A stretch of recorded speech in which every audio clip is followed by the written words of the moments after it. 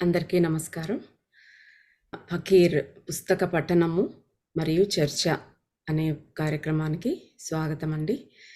మనకు బాబా రుద్ర అనే క్యారెక్టర్ని అడ్డుపెట్టుకుని ఎంతో జ్ఞానాన్ని బోధిస్తూ ఉన్నారు. అది మనకి ఎంతో అవసరమైన విషయాలు కూడా ఎంతో అర్థమయ్యే రీతిలో మనకి చాలా చక్కగా బాబా వివరిస్తూ ఉన్నారు. లాస్ట్ సెషన్లో ఏం జరిగిందో తెలుసుకోబోయే ముందు మనం బాబాని ఆహ్వానించుకుందాం.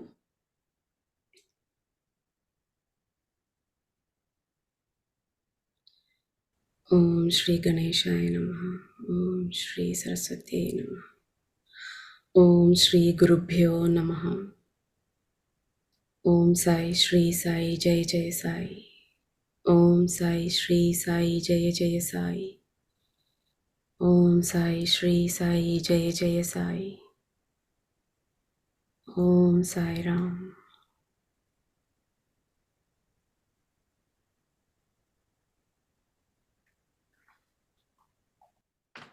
చాలా రోజులు గ్యాప్ వచ్చింది, అయినా మనం మళ్ళీ అందుకుపోదాం వెంటనే. ఇంకా ఆల్మోస్ట్ చివరికి వచ్చేసాం. మనకు లాస్ట్ ఎపిసోడ్లో ఏం జరిగిందో ఒకసారి మళ్ళీ ఆ నేపథ్యం ఏంటో ఒకసారి చూద్దాం. బాబా రుద్ర ద్వారా ఛానలింగ్ చేస్తూ ఉన్నారు.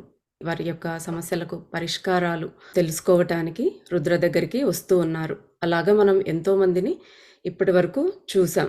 వారి యొక్క సమస్యలు చెప్పుకోవడానికి, ఫ్యూచర్ కానీ, వాళ్ళ అనారోగ్యం ఉంటే కానీ, లేదా వాళ్ళ ఏదైనా బాధలో ఉంటే దానికి సంబంధించి బాబా ఏమైనా చెప్తారా అనే ఆశతో కానీ ఎంతోమంది వస్తూ ఉన్నారు.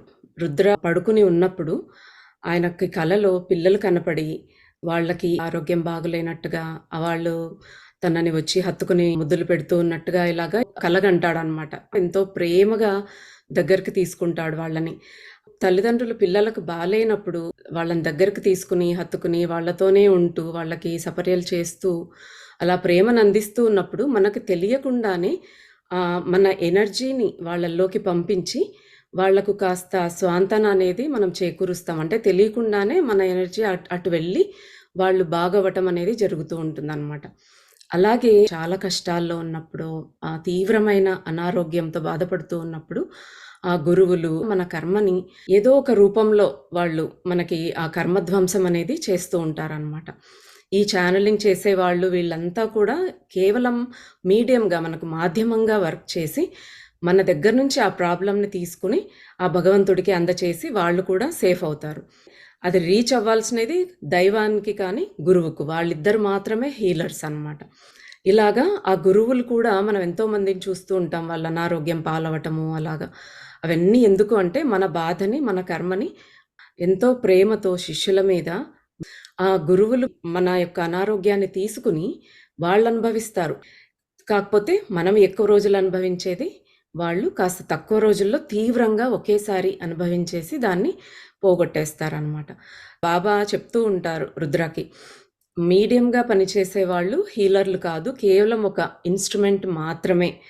చాలా జాగ్రత్తగా మాస్టర్స్ యొక్క రక్షణని అర్థించాలి, ఆరాని ప్రొటెక్ట్ చేసుకోవాలి. ఆయనకు ఉపదేశించారు కాబట్టి బాబా ఎలాగా ఛానలింగ్ చేయాలి, ఎలాగా రక్షణ ఏర్పరచుకోవాలి, అయిపోయిన తర్వాత ఛానలింగ్ మళ్ళీ ఎలాగా క్లెన్జింగ్ ప్రాసెస్ ఏంటి, ఇవన్నీ జాగ్రత్తగా చేస్తూ ఉన్నప్పుడే వాళ్ళు సేఫ్గా ఉండగలుగుతారు అనమాట, సిక్ అవ్వకుండా అలాగా. కానీ ఉద్వేగానికి మాత్రం గురి కాకూడదు.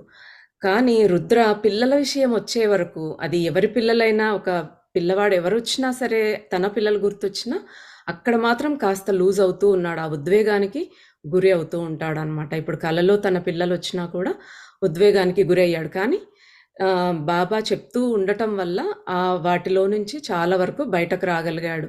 కానీ ఎప్పుడూ ఆలోచిస్తూ ఉంటాడు, తను ఎంతగా ఎక్కువగా ప్రేమించాడో వాళ్ళే ఎందుకు నన్ను అసహించుకుంటూ ఉన్నారు, తన కూతురు తనని అసహించుకుంటుంది, తనతో మాట్లాడదు అనేసి మనకు చెప్తారు. ఎందుకు అలా జరుగుతుంది అని అన్నీ ఒకసారి గుర్తు వస్తూ ఉంటాయి ఆయనకు, ఆ వ్యక్తులు కానీ ఆ సంఘటనలు కానీ. ఎవ్వరి మీద ఆయనకు కోపం అనేది లేకుండా ఆయన చాలా చక్కగా మేనేజ్ చేసుకోగలిగే స్థితిలో ఉన్నాడు. అందుకే ఆ స్థితిలో ఉన్నందుకే ఆయనకి బాబా లాంటి గురువు కనెక్ట్ అయ్యి గైడ్ చేస్తూ ఎన్నో పనులు, అంటే ఇంకా తనకి ఎక్కువ టైం లేదు కాబట్టి ఆయనకి ఏదో జబ్బుతో బాధపడుతూ ఉన్నాడు. త్వరలో ఆయన వెళ్ళిపోయే అవకాశం ఉంది అనే ఉద్దేశంతోనే బాబా ఆయన ఆత్మ ఉన్నతి కోసం మాధ్యమంగా ఆయనని యూజ్ చేసుకుని ఎంతోమంది ఆయన ద్వారా సహాయం పొంది, ఆ పుణ్యకర్మ అంతా కూడా ఈయనకు యాడ్ అయ్యేలాగా బాబా హెల్ప్ చేస్తూ ఉన్నారనమాట. బాబా మళ్ళీ వచ్చారు బ్యాక్. తనకి మళ్ళీ గైడ్ చేస్తూ ఉన్నారు. ఇంకా ఏం చెప్పబోతున్నారో తెలుసుకుందాం. Thank you Shirisha. ఇంకా గురు పూర్ణిమ కూడా అయిపోయింది. ఇంకా మీరిద్దరు కూడా కదలండి అని బాబా మమ్మల్ని కూడా ముందుకు తోశారు. సో ఈ సెషన్ లో ఇంకా ఏం తెలుసుకోబోతున్నామో చూద్దాం. సమస్య ఎప్పుడు మొదలవుతుందంటే, మాస్టర్లు కాని వాళ్ళు హీలింగ్ చేద్దామని, హీలర్లు కావాలని అనుకుంటారు. మాస్టర్ అవ్వలేదు కాబట్టి వాళ్ళకి కర్మలతో పని చేయడం, ఎనర్జీని ఒక చోట నుండి తరలించడంలో సరైన సామర్థ్యం లేకపోయినా హీలింగ్ ఛానల్స్ అవుదాం అనుకుంటారు కాబట్టి ఎనర్జీని, కర్మను ట్రాన్స్ఫర్ చేయడానికి ఉపక్రమిస్తారు. అనారోగ్యాన్ని తొలగించగలరు. ఎనర్జీల కర్మల పనితీరు మీద పనిచేస్తారు. కానీ అసలు సమస్య ఆ తర్వాతే వస్తుంది. ఇది బాబా చెప్తున్నారు. హీలింగ్ చేసే వాళ్ళు ఎవరైనా ఉంటే వాళ్ళకి చాలా హెల్ప్ అవుతుంది ఇది. ఆ చేసేవాళ్ళు ఏంటంటే మనకి అహం అనేది ఎప్పుడూ ఉంటుంది. మనం ఏదన్నా ఎవరన్నా వచ్చేసి మీ ద్వారా నేను చాలా హెల్ప్ పొందాను మీ హీలింగ్ ప్రాసెస్ ద్వారా అంటే ఆటోమేటిక్‌గా మరి కొమ్ములనేవి కొద్ది కొద్దిగా వస్తూ ఉంటాయి.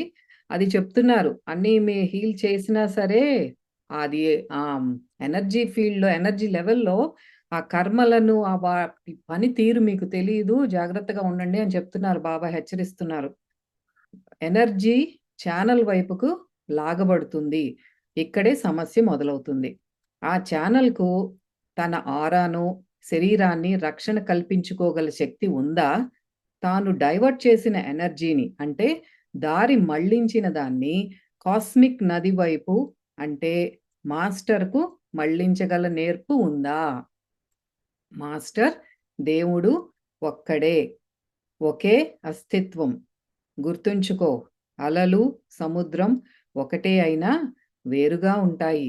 తన శిష్యుడి ప్రయత్నం ద్వారా మాస్టర్ కర్మ ట్రాన్స్ఫర్‌ను అంటే బదలాయించడం, ఆ ఎనర్జీని తనలోకి తీసుకుంటాడు.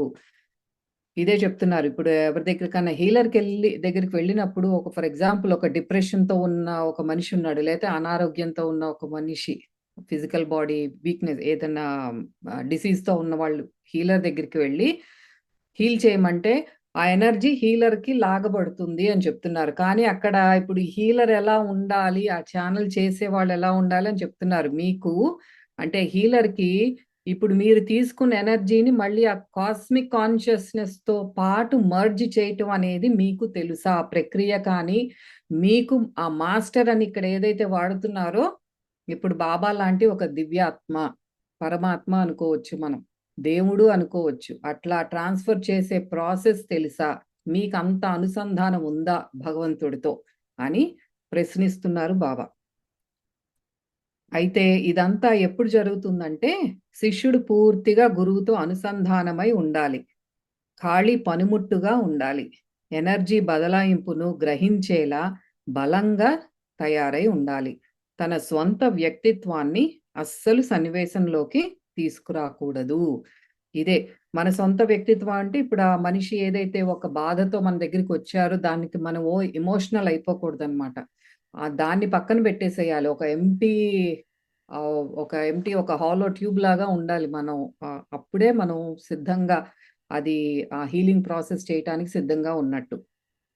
హీలింగ్ చేసే ఛానల్ అంటే మీడియం సరియైన స్టెప్స్ తీసుకోకపోతే, తన రక్షణ గురించి బంధరహిత స్థితిలో ఉండకపోతే, అహంకార రహిత స్థితిలో ఉండకపోతే, అప్పుడు అసలైన సమస్య మొదలవుతుంది. అనారోగ్యం రోగి నుండి విశ్వ ప్రవాహంలోకి ట్రాన్స్ఫర్ అవ్వదు. ఇది ఒక బ్యాంక్ లాంటిది. ఎలక్ట్రానిక్ బ్యాంకింగ్ పద్ధతిలో ట్రాన్స్ఫర్ సరైన అకౌంట్‌కి వెళ్లకుండా కనెక్ట్ అవ్వడంలో సమస్య ఏర్పడి ఫండ్స్ అదే అకౌంట్‌లోనే ఉండిపోతాయి. ఇది మనం జాగ్రత్తగా చూసుకోవాలి. ఆ ఛానెల్స్ ఇయన్నీ మన ఛానెలింగ్ చేసే వాళ్ళకి అంటే మీడియం లాగా, హీలర్ లాగా పనిచేసే వాళ్ళకి శరీరము బాగుండాలి. అహంకార రహిత స్థితిలో ఉండాలి. అహంకారం అంటే ఆ వేరు భావన. అంటే అంత క్లోజ్‌గా వాళ్ళు భగవంతుడితో కనెక్ట్ అయిపోయి ఉండాలి అని చెప్తున్నారు. లేకపోతే ఒక ఎగ్జాంపుల్ ఈ బ్యాంక్ అకౌంట్ లాగా చెప్తున్నారు. ఇప్పుడు మన అకౌంట్‌లో నుంచి ఎలక్ట్రానిక్‌గా ఇంకొక అకౌంట్‌కి ఫండ్స్ ట్రాన్స్‌ఫర్ చేయాలంటే అంత ఇంటర్నెట్ కనెక్షన్ అదంతా సరిగ్గా ఉంటేనే. లేకపోతే ఎవరి అకౌంట్‌లో పడాలో అది వెళ్ళదు అని చెప్తున్నారు. గుర్తుంచుకోవాల్సిందేంటంటే ఫండ్స్ ఇదివరకే ఛానల్ అంటే మీడియం యొక్క కర్మల అకౌంట్‌కు చేరిపోయింది. ఇప్పుడేంటి ఆ వ్యక్తి ఎవరైతే ఆ మీడియం దగ్గరికొచ్చాడో అది ఆ బాధలు చెప్పుకున్నప్పుడు కానీ ఆ ఛానల్ దగ్గరికి వెళ్ళిపోయింది. ఇప్పుడు ఆ ఎనర్జీ ఎక్కడుందంటే ఆ హీలర్ దగ్గర ఉంది. ఆ అకౌంట్‌కి చేరిపోయింది. అవి మాస్టర్ యొక్క అకౌంట్‌లోకి ట్రాన్స్‌ఫర్ అవ్వడం కోసం ఎదురు చూస్తూ ఉంటాయి. ఇప్పుడు హీలర్ అంతా నేను తీసుకుంటానని చేయట్లేదు కదా! ఇది అక్కడి నుంచి మళ్ళీ మాస్టర్ అకౌంట్‌కి తను ట్రాన్స్‌ఫర్ చెయ్యగలగాలి. ఆ ట్రాన్స్‌ఫర్ అవ్వకపోతే హీలింగ్ చేద్దాము అనుకుంటున్న హీలర్ అంటే మీడియం తన స్వంత జేబులో నుంచి వడ్డీ కట్టడం మొదలవుతుంది. అంటే ఏంటి ఇప్పుడు ఈ హీలర్ యొక్క తన ఫిజికల్ బాడీ క్షీణించటం కానీ, మానసికంగా ఏదైనా రుగ్మతలకి లోనవ్వటం కానీ జరుగుతుంది. ఎందుకంటే ఆ ఎనర్జీ తన అకౌంట్‌లో ఉందిప్పుడు. డబ్బు కానీ, అనారోగ్యం కానీ మాస్టర్‌కు ట్రాన్స్‌ఫర్ అవ్వకుండా ఆలస్యం జరిగితే వడ్డీ పేరుకుపోతుంది. కొన్నిసార్లు ఛానల్ అకౌంట్‌లో పేరుకుపోయి వడ్డీ కూడా చెల్లించలేకపోతాడు. అంటే అంత సివియర్‌గా, ఇంటెన్స్‌గా ఉంటుంది కొన్ని కొన్ని పరిస్థితులు అని చెప్తున్నారు. నీ యొక్క కనెక్షన్ నీ మాస్టర్‌తో సరిగ్గా జరిగినప్పుడే హీలింగ్ అనే అకౌంట్ మొదలుపెట్టాలి. ఈ హీలర్స్ ఎవరు పడితే వాళ్ళు చేయకూడదు. మీకొక స్ట్రాంగ్ కనెక్షన్ ఎస్టాబ్లిష్ అయిన తర్వాత మాత్రమే అసలు ఈ ప్రక్రియ అనేది మొదలుపెట్టాలి అని చెప్తున్నారు. ఇక హీలింగ్ గురించి మిగతాది తర్వాత. నా కర్మ సంబంధమైన బ్లూ ప్రింట్‌లో బాధ, అజీర్తి ఉన్నాయి. నీ ఆహారంతో నన్ను శిక్షించు. హహహ! బాబా నవ్వారు. ఇది బాబా కూడా ఆయన బ్రతికున్నప్పుడు, శరీరంతో ఉన్నప్పుడు, షిర్డీలో ఉన్నప్పుడు భక్తులందరూ ఆయన దగ్గరికి వచ్చి కష్టాలు చెప్పుకోవటం, వాళ్ళని కొంతమందిని హీల్ చేసేవారు. కొంతమందికంటే డబ్బులు తీసుకురమ్మనేవారు. ఇలా చాలా రకాలుగా చేసేవారు. వాటన్నిటికి ఆయన ఇప్పుడు బాబా కూడా ఎంతో అనారోగ్యం పాలయ్యేవారు.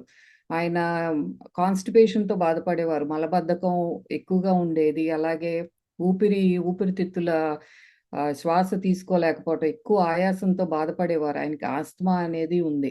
అట్లా అదే చెప్తున్నారు. నాకు అజీర్తి, నా కర్మ దీంట్లో బ్లూ ప్రింట్‌లో ఆ బాధ ఉంది. మరి ఇప్పుడు అది ఫన్నీగా చెప్తున్నారు. ఓకే. రుద్రాకి. యాహ్! నా బ్లూ ప్రింట్‌లో బాధ, అజీర్తి ఉన్నాయి. నీ ఆహారంతో నన్ను శిక్షించు. అంటే ఇప్పుడు రుద్ర అంటున్నాడు. ఓకే. ఫన్నీ బాబా నవ్వాడు రుద్ర. సూర్యుడు అస్తమిస్తూ దిగ్మండలమంతా నల్లని దుప్పటి కప్పుతున్నాడు. ఇద్దరు వారి 3 కుక్క స్నేహితులు కాటేజ్ వైపు నడుస్తున్నారు. ఎక్కడ్నుంచో రేడియోలో ఓ పాత హిందీ పాట వినిపిస్తోంది. రుద్ర ఈరోజు తన పిల్లల గురించి బాధపడటం లేదు. ఈరోజు అతనికి తన తండ్రి, పాత స్నేహితుడు, సాధువు బాబా ఉన్నాడు.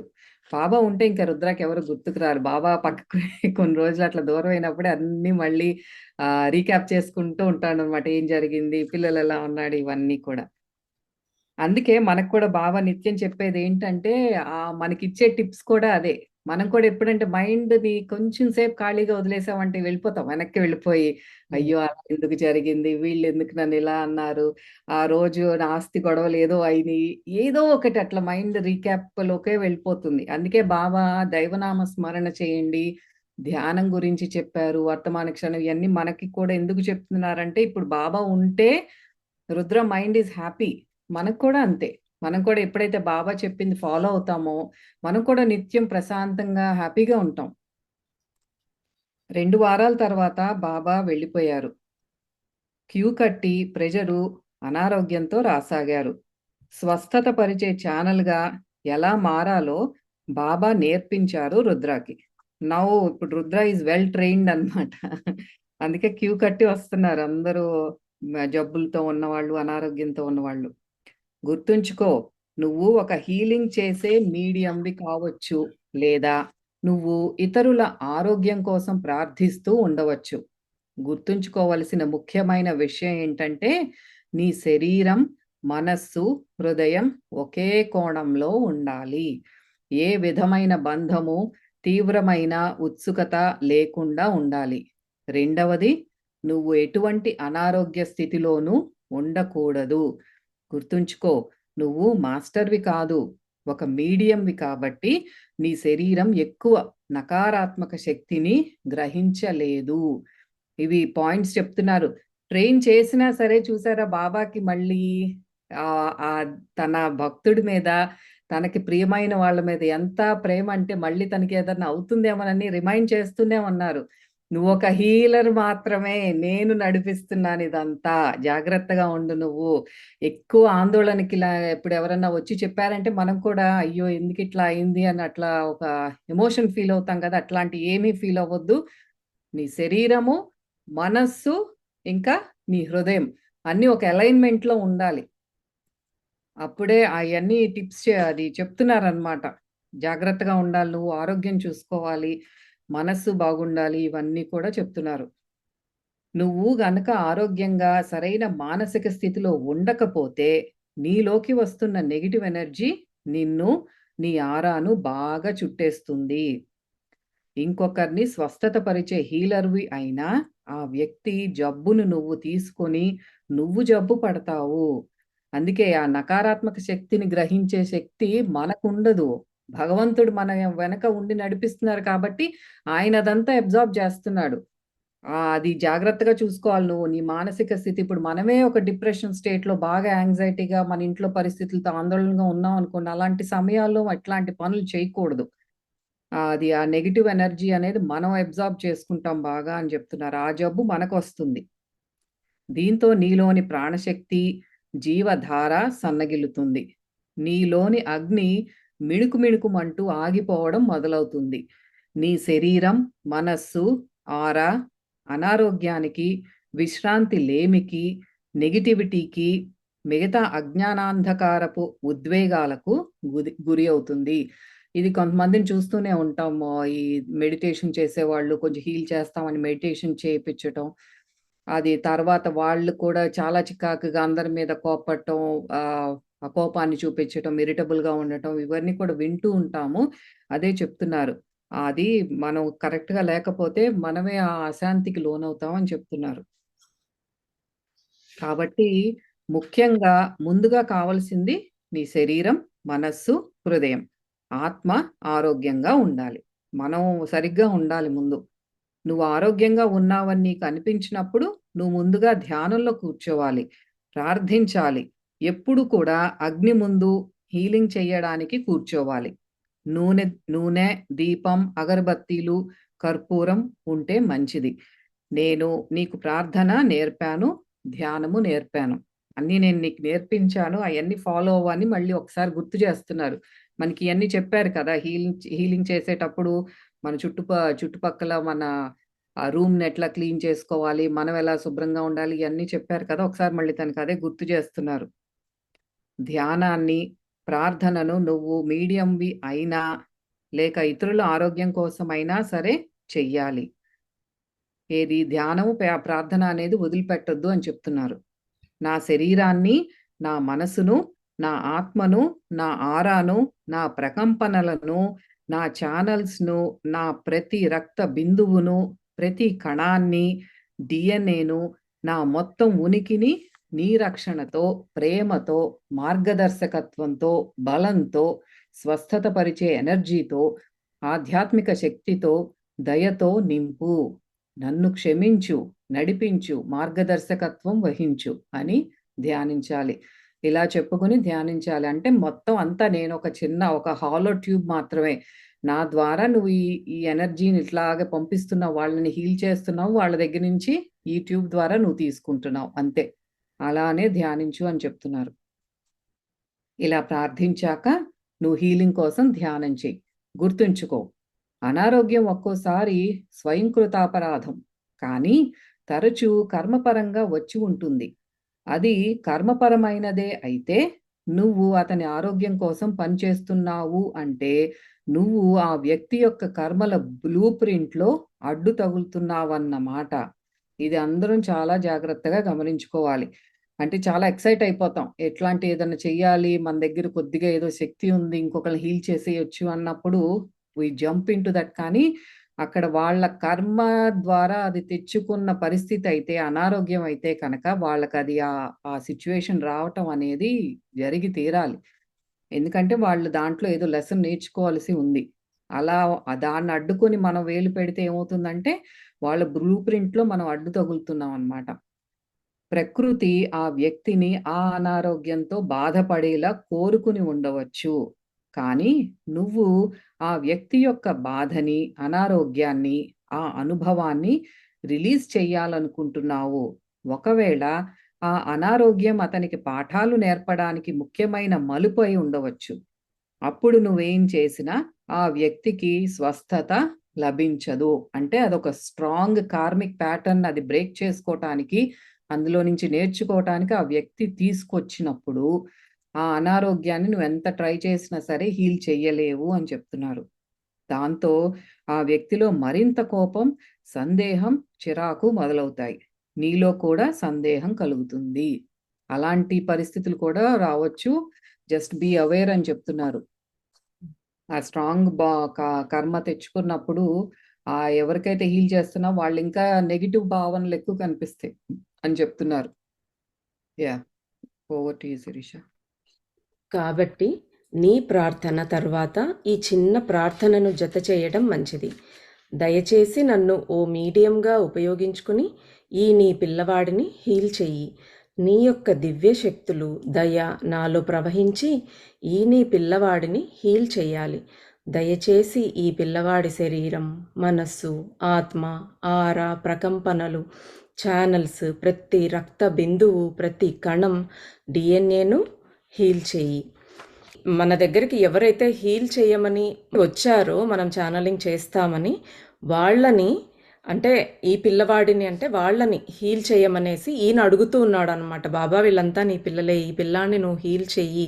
వాళ్ళ యొక్క ప్రతి రక్త బిందువు, డిఎన్ఏ అంతా మొత్తం ఆరా ఆత్మ ప్రకంపనలు అన్నీ కూడా వాళ్ళని హీల్ చేయి బాబా అని ఆయన ఆ ఛానల్ ఎవరైతే చేస్తూ ఉన్నారో వాళ్ళు ప్రార్థించాలన్నమాట వాళ్ళ గురువుని.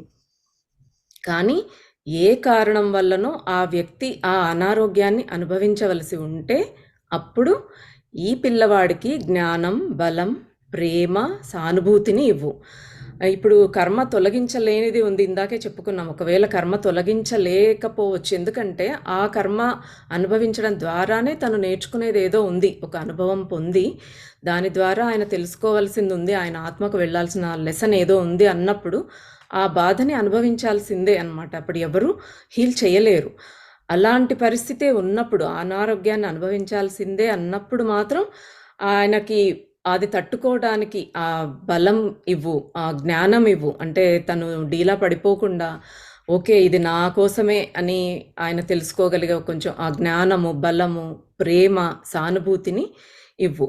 దాని ద్వారా ఆ అనారోగ్యాన్ని, అనుభవాన్ని సకారాత్మక అంగీకారంతో సంతోషంగా అనుభవిస్తాడు అని ప్రార్థించాలి. ఇది చాలా ముఖ్యమైన ప్రార్థన. అంటే ఈ విధంగా ఈ హీలర్ తన గురువును అడిగినప్పుడు ఆ అనారోగ్యాన్ని అనుభవించే వ్యక్తి దాన్ని కాస్త పాజిటివ్‌గా తీసుకోగలిగి దాన్ని సంతోషంగా అనుభవిస్తాడు. అదో ఒక డిప్రెషన్‌లో కూరుకుపోకుండా ఇంతటి బాధలొస్తున్నాయి అన్నట్టుగా. అలాగా వాళ్ళకి ఎనర్జీ ఇవ్వమని ఈ హీలర్ ఎవరైతే ఉన్నారో ఆయన ప్రార్థించాలన్నమాట. ఆ హీలింగ్ చేసేవాళ్ళు కూడా ఎన్ని రకాలుగా వాళ్ళు అడిగే దాంట్లో ఎంత ఇదిగా ఉంటుందో చూడండి. తను అడిగేది కూడా అంత చక్కగా అడగాలి. అంటే వాళ్ళకి హెల్ప్ అయ్యే విధంగా ఆయన అడగగలగాలన్నమాట. దీని ద్వారా నువ్వు విశ్వానికి ఏం చెబుతున్నావంటే, అనారోగ్యం కనుక తనకు తాను సృష్టించుకున్నది అయితే బాగు చేయగలిగితే చేయండి.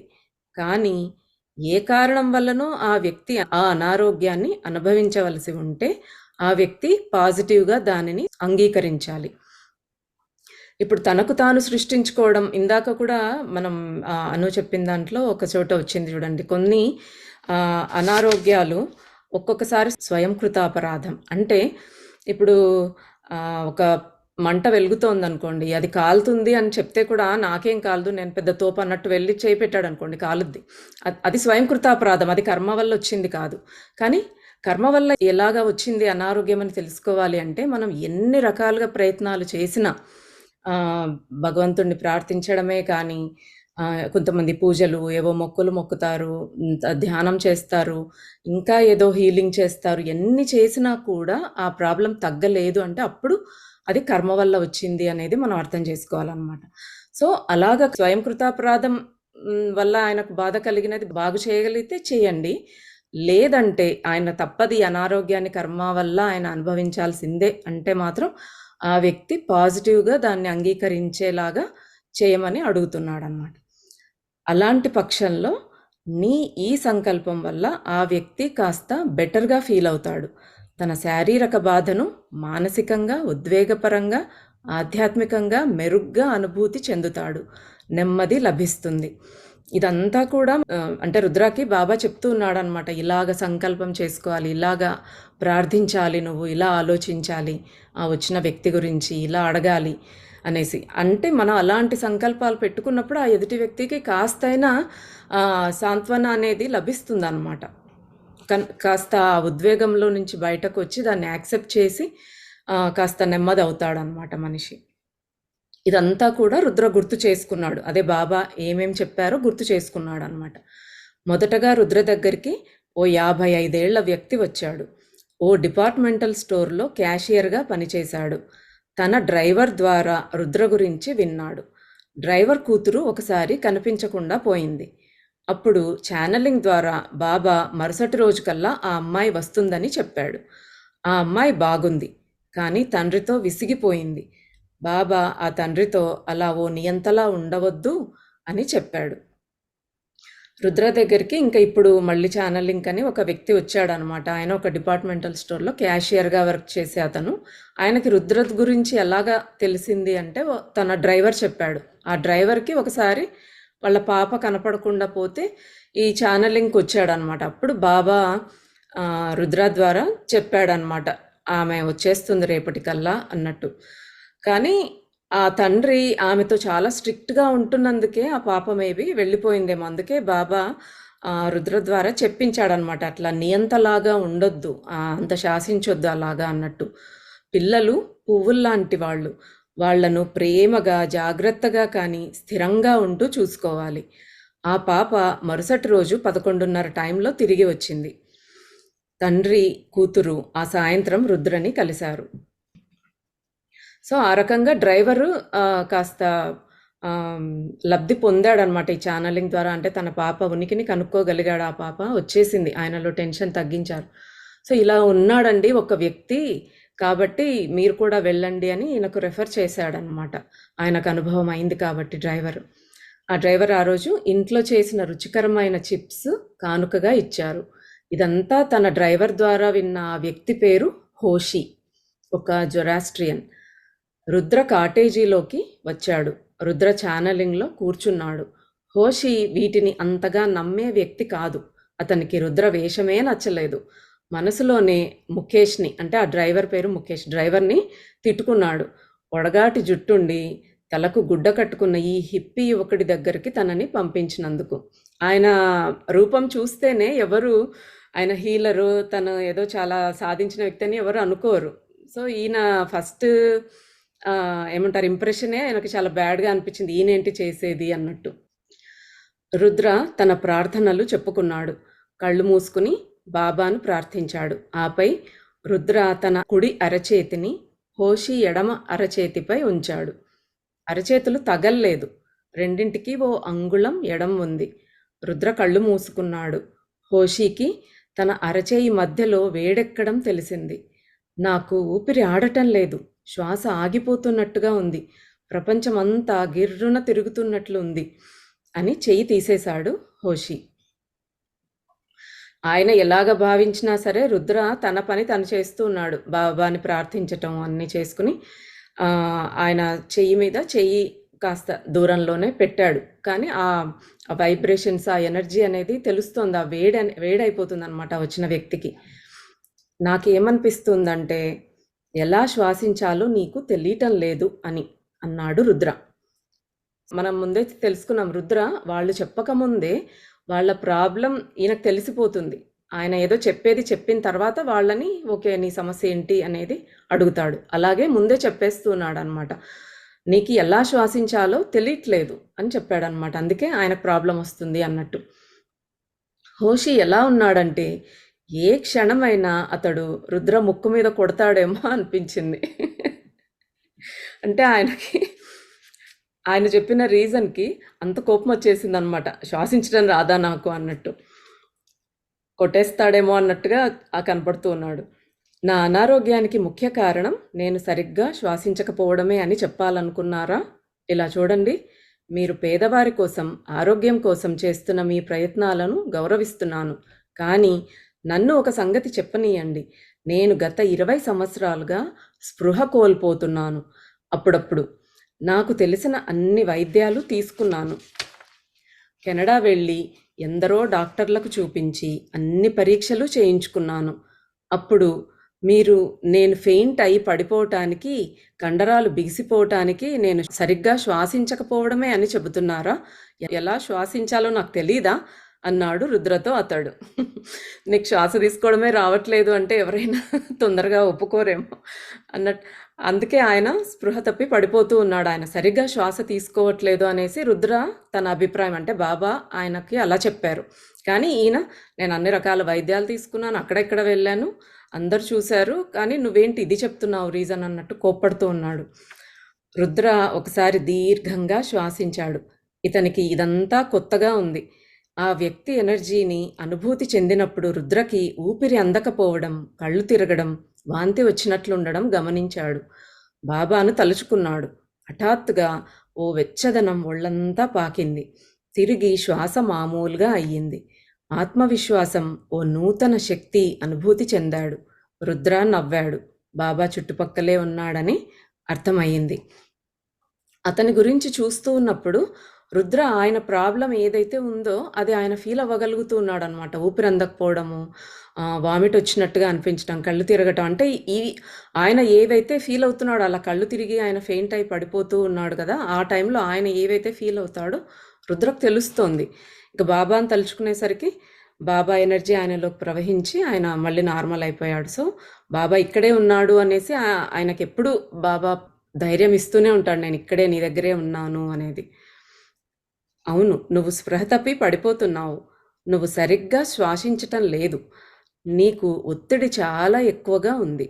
నీ ఒత్తిడికి నీ ప్రతిస్పందన ఎలా ఉందంటే నువ్వు శ్వాస తీసుకోవడం ఆపివేసి ఖాళీగా శ్వాసిస్తున్నావు. అందుకే స్పృహ తప్పుతున్నావు. మళ్ళీ కూడా ఆయన అదే చెప్తున్నాడు, నువ్వు చాలా ఒత్తిడి ఎక్కువగా ఉంది నీకు. సో దానికి ఆ ఒత్తిడి వల్ల నువ్వు సరిగా శ్వాస తీసుకోవట్లేదు. మనం గమనిస్తే అలానే ఉంటుంది. మనకు చాలా టెన్షన్ అవుతున్నప్పుడు ఎగశ్వాస తీసుకుంటూ ఉంటాం, చాలా ఫాస్ట్గా బ్రీత్ చేయటం. అంటే ఆల్ ద వే మనం మామూలుగా శ్వాసించినట్టుగా కూల్గా ఉన్నప్పుడు ఉన్నట్టుగా ఉండదు. టెన్షన్గా ఉన్నప్పుడు మనం తీసుకునే శ్వాస చాలా ఫాస్ట్గా, చాలా హాలోగా ఉంటుందన్నమాట. అదే చెప్తూ ఉన్నాడు, నువ్వు సరిగా తీసుకోవట్లేదు, అందుకే స్పృహ తప్పిపోతున్నావు అలాంటి సిచ్యుయేషన్స్లో అనేసి చెప్పాడు. అప్పుడు అతను అంటున్నాడు, హోషి ఇలా చూడండి, ఇదంతా తర్క విరుద్ధంగా ఉంది అన్నాడు హోషి. నువ్వు ఇక్కడ ఉండటం కూడా లాజిక్ కాదు, ఇలా ఛానలింగ్ చేయడమే తర్క విరుద్ధం. ఇదంతా తర్క విరుద్ధం అని నాకు చెప్పడానికి నీకు సైంటిస్ట్ అవసరం ఏమీ లేదు. నీకు మరో దారి లేక నువ్వు ఇక్కడికి వచ్చావు. నాకు అందిన సమాచారం ప్రకారం నువ్వు సరిగ్గా శ్వాసించడం లేదు అని. నీ శ్వాస మీద ధ్యాస పెట్టడం మొదలుపెట్టు. నీకు చాలా ఒత్తిడిగా ఉన్నప్పుడు కళ్ళు మూసుకుని దీర్ఘంగా శ్వాసలు తీసుకో. అది నీకు నేనిచ్చే సలహా.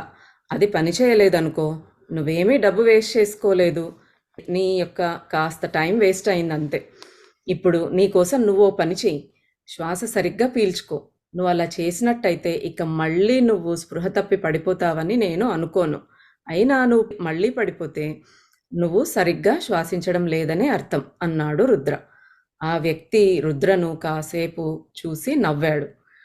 సో రుద్ర తను చెప్పేది తను చెప్పేస్తూ ఉన్నాడు. ఇది అసలు నీకు ఇదేమి లాజిక్ కాదు. ఆయన తర్కవిరుద్ధంగా ఉంది ఇదంతా అంటున్నాడు. అంటే నువ్వు చెప్పేదంతా లాజిక్ లేదసలు అనేసి కోప్పడుతూ ఉన్నాడు కదా! అందుకే చెప్తూ ఉన్నాడనమాట రుద్ర. ఇదేం లాజిక్ కాదు. అసలు ఛానెలింగ్ చెయ్యడమే తర్క విరుద్ధం. అసలు లాజిక్‌కి అందదు ఇలాంటివన్నీ చేయటం అనేది. ఎలా చేస్తారు హీలింగ్? నమ్మరు. నమ్మకం ఉన్నవాళ్ళు వెళ్తారు గానీ అందరూ నమ్మరు ఇలాంటివన్నీ కూడా. అలా ఎలా జరుగుతది? మాస్టర్ ఎలా ఛానెలింగ్ చేస్తాడు? ఆయనెలా చెప్తాడు? వాళ్ళ క్వెషన్స్ వాళ్ళకుంటాయి ఎప్పటికైనా కొంతమందికి. నీకేంటంటే నీకు ఏ దారి లేదు. ఎన్ని రకాలుగా నువ్వు ట్రై చేసినా తగ్గలేదు కాబట్టి ఇక్కడికొచ్చావు. కాబట్టి నేను చెప్పింది విను. నేను చెప్పేది ఇదే. నువ్వు బాగా శ్వాసించు. నువ్వు ఒత్తిడిగా ఉన్నప్పుడు ఎస్పెషల్లీ డీప్ బ్రీతింగ్ మనం అదే చెప్తాం కదా! మనం టెన్షన్‌లో ఉన్నా, ఏమున్నా డీప్ బ్రీత్ చేయి, డీప్ బ్రీత్ చేయి అని చెప్తుంటా. అలాగే చెప్తున్నాడనమాట. నువ్వు బాగా దీర్ఘ శ్వాస తీసుకో. నీకింక చాలా వరకు నీకు రాదింకా స్పృహ తప్పి పడిపోవడం అనే పరిస్థితి రాదు అనేసి చెప్తున్నాడు. స్టిల్ నీకొచ్చింది అంటే నువ్వు సరిగ్గా శ్వాసించడం లేదనే ఇంకంతకు మించి ఏం లేదు అక్కడ సొల్యూషన్. సో, చాలా వరకు పరిష్కారాలు మన ఎదుటే ఉంటాయి. కానీ మనమే వాటిని గుర్తించటానికి తిరస్కరిస్తాం అని నవ్వాడు రుద్ర. ఇది ట్రూ గదా! మనం ఒప్పుకోవడానికి మన అహం తొందరగా అగ్రీ అవ్వదనమాట. అదేంటి అలా ఎలా అవుతది అనే ఒక విరుద్ధమైన ఆలోచన మనలో వస్తూ ఉంటదనమాట. 3 వారాల తరువాత హోషి రుద్ర గడపలోకి వచ్చాడు. ఓహ్! Crazy man! ఇంతవరకు నేను మళ్ళీ స్పృహ తప్పలేదు.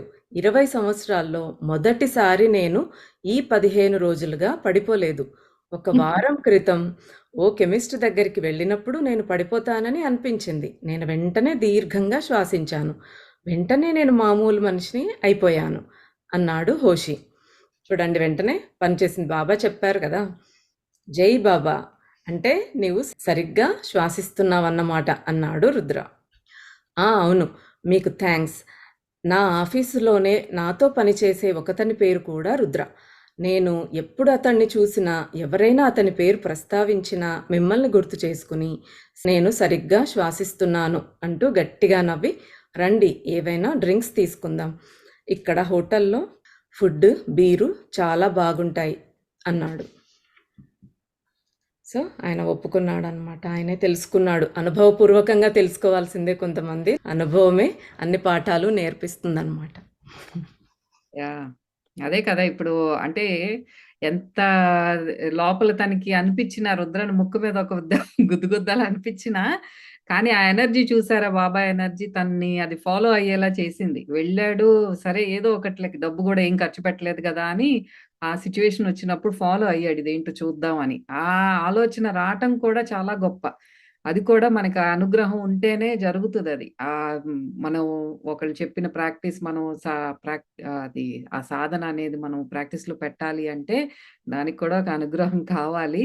సో, అదే జరిగింది ఆ వ్యక్తికి. Now he experience that miracle అన్నమాట. లేపోతే సీటీ చెస్ట్ అని, పల్మనరీ ఫంక్షన్ టెస్ట్ అని ఈ పాటికి అన్నీ అదే గదా! కెనడా డాక్టర్స్‌తో అంతా నేను రకరకాల డాక్టర్స్ దగ్గరికెళ్ళాను. ఏది కుదరలేదు అంటే ఇవే టెస్ట్‌లు. రొటీన్‌గా ఏ డాక్టర్ దగ్గరికెళ్ళినా. కొద్దిగా ఫ్లిప్ చేసి అటు ఇటు అయ్యే టెస్ట్‌లు రన్ జేస్తాయి. కానీ డాక్టర్స్‌కి తెలియంది ఎనర్జీ ఫీల్డ్‌లో జరిగేది చాలా ఉంటుంది. ఇది డాక్టర్స్ అయిన ఆళ్ళకి చాలా మందికి నచ్చదు ఈ మాట. బట్ నేను అటు ఇటు 2 వైపులా ఉన్నాను కాబట్టి చెప్తున్నాను. మెడికల్ ఫీల్డ్‌లో జబ్బుకి అందని కారణాలు ఎన్నో జబ్బులున్నాయి అట్లాంటివి. ఒక్కటని కాదు.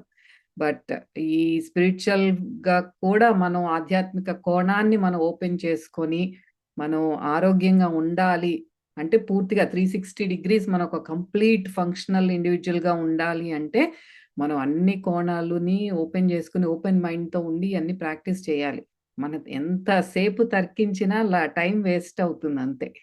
సొల్యూషన్ ముందే ఉన్నా మనం చెయ్యాలనే ఆలోచన రాదు. ఆ అనుగ్రహం లేనిదే. అవును. డెఫినెట్‌లీ సైన్స్‌కి అందనివి ఎన్నో ఉన్నాయి. యెస్. అంటే ఆల్రెడీ ఉన్నాయి తెలుసుకుంటున్నాం ఎట్లా జరుగుతుందని. అంటే మన శరీర నిర్మాణం ఎలా ఉంది అనేది ఆల్రెడీ శరీరం ఉంది. అది ఎట్లా జరుగుతోంది లోపల అనేది మనం తెలుసుకుంటున్నాం అంతే మెడికల్ సైన్స్ అంటే. జబ్బు ఎలా వచ్చిందనేది తెలుసుకోవడానికి అసలు చాలా జబ్బులకి ఇడియోపాథిక్ అంటారు. దేర్ ఇస్ నో రీజన్ అన్నిటికి ఏదో ఒకటి మందులు రాసేయటం, టెస్టులు చేయటం ఇది చాలా ఎక్కువగా జరుగుతుంది. Especially in the present society. But I request అందరికి చెప్పేదేంటి అంటే ఇప్పుడు ఇది చెప్పిన ఎగ్జాంపుల్ యాంగ్జైటీతో ఎవరైనా ఉన్నారు. ఇలాంటి పరిస్థితి మీకు ఉంది.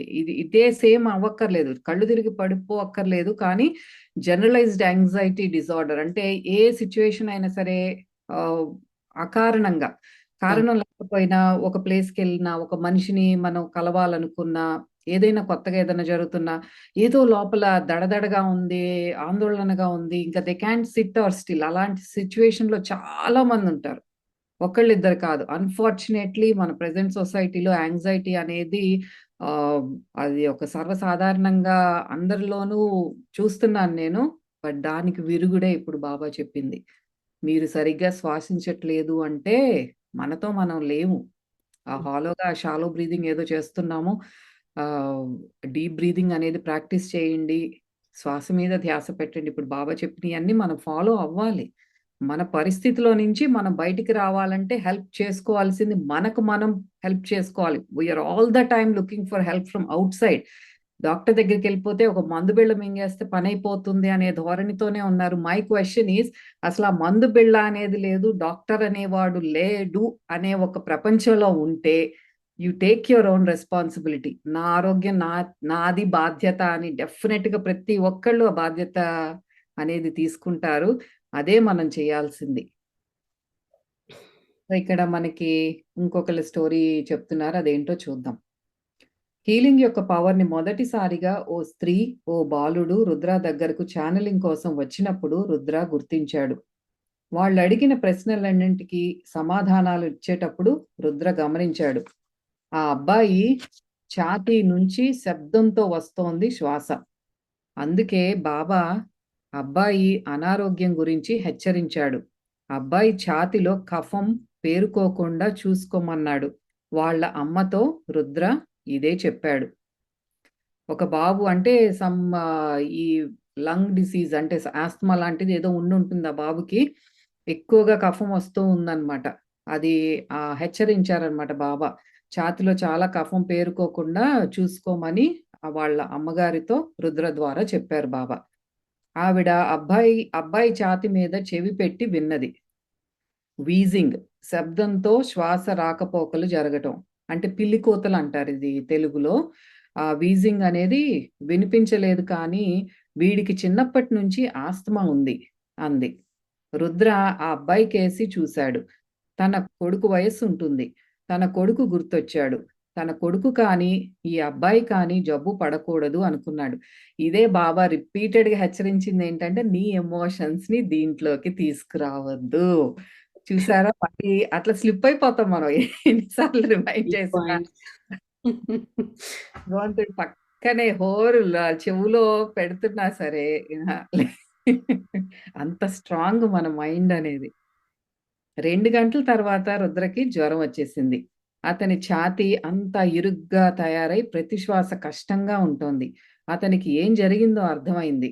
ఎంతో ఉద్వేగానికి గురయ్యాడు. ఈ అబ్బాయికి ఎలాగైనా స్వస్థత కలగాలి అనుకున్నాడు. ఆ రాత్రి రుద్రకి చాలా కష్టంగా ఉండింది. చాలా దగ్గు వచ్చి వణికిపోయాడు. శ్వాస తీసుకోలేకపోతున్నాడు. 2 రోజుల తర్వాత గాని కాస్త కోలుకోలేకపోయాడు. ఒక వారం రోజులకు పూర్తిగా నయమైంది. 10 రోజుల తర్వాత ఆ తల్లి, కొడుకు రకరకాల బహుమానాలతో రుద్ర దగ్గరకు వచ్చారు. ఇదే చెప్పారు. భావోద్వేగాలకి గనక లోనైతే మన మైండ్, బాడీ, స్పిరిట్ ఒక అలైన్‌మెంట్‌లో లేకుండా అట్లా ఎమోషన్‌కి లోనైతే ఇలాగే పరిస్థితి వస్తుంది రుద్రకొచ్చినట్టు. ఊపిరితిత్తుల గాలాడకపోవటం, ఆస్త్మా లాంటి సింప్టమ్స్ తనకొచ్చేసినియి అన్నమాట. 1 వీక్ అట్లా సఫర్ అయ్యాడు.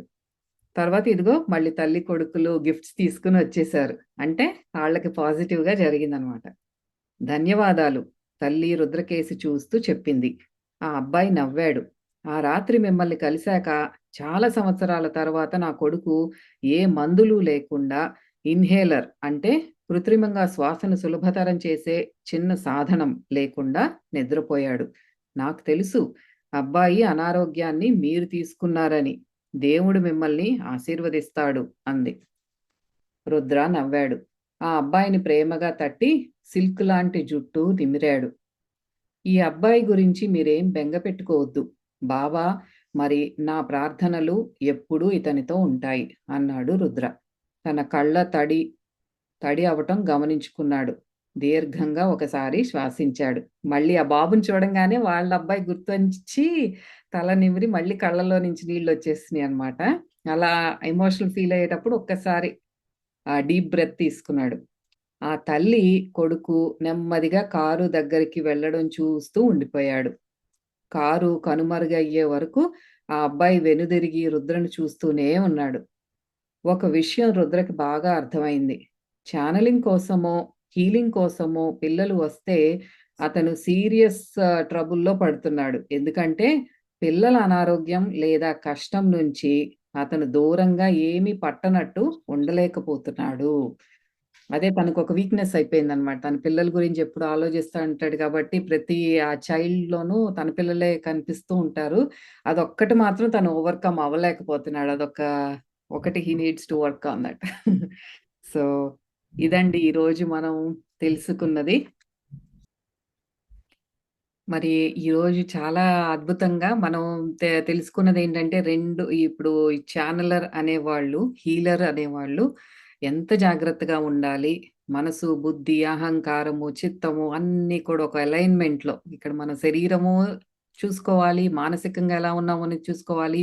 ఈగోస్ అని కానీ, మన భావోద్వేగాలు అడ్డు రాకుండా అంత స్వచ్ఛంగాను ఉండాలి. హాలోగా ఏది అంటే వింటున్నాము, నేను హీల్ చేస్తున్నాను అయిపోయింది అంతే. ఇంక వాళ్ళ థాట్స్ కానీ రాకుండా ఉండటం, వస్తే గనక ఎంత ప్రమాదానికి ఆ హీలర్ అనేవాళ్ళు గురి అవుతారు అనేది బాబా ఎన్నో సార్లు రుద్రకి చెప్పి బాగా ట్రైన్ చేసి అప్పుడు ఇంక జనాలు క్యూ కట్టేశారనమాట.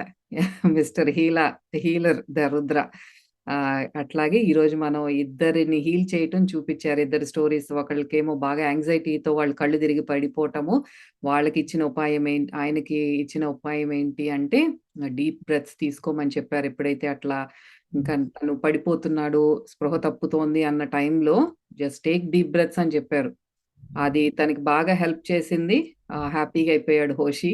నెక్స్ట్ ఇంకొకటి ఇప్పుడు మనం తెలుసుకున్నదేంటి అంటే ఆస్త్మా ప్రాబ్లమ్ నుంచి ఒక బాబుని ఆహ్, హీల్ చేశారనమాట బాబా. అది మరి రుద్రకి చెయ్యొద్దన్న పని చేశాడు కాబట్టి రుద్ర అది ఫేస్ చేయాల్సొచ్చింది. "నువ్వు ఎమోషనల్ అవ్వద్దు" అని చెప్పారు బాబా ఎన్నో సార్లు. కానీ తను బాబుని చూసేపాటికి కొడుకు గుర్తొచ్చి తను ఎమోషనల్ అయిపోయి తను సిక్ అయ్యాడు. ఒక 1 వీక్ సఫర్ అయ్యాడు. కానీ అదొక్కటే నేను ఓవర్‌కమ్ చేయలేకపోతున్నాను అని అనుకుంటున్నాడు. సో, మరి మనందరం కూడా చక్కగా బాబా చెప్పిన ఇవన్నీ కూడా ఫాలో అవుతూ ఆహ్, ఆయన ఆ దివ్యాత్మతో మనం అనుసంధానమై ఎప్పుడు నిరంతరం ఉండేలాగా కూడా నువ్వే చూడు బాబా అని మనం ప్రార్థిస్తూ వచ్చే గురువారం మళ్ళీ కలుద్దాం. అంతవరకు సెలవు. నమస్తే.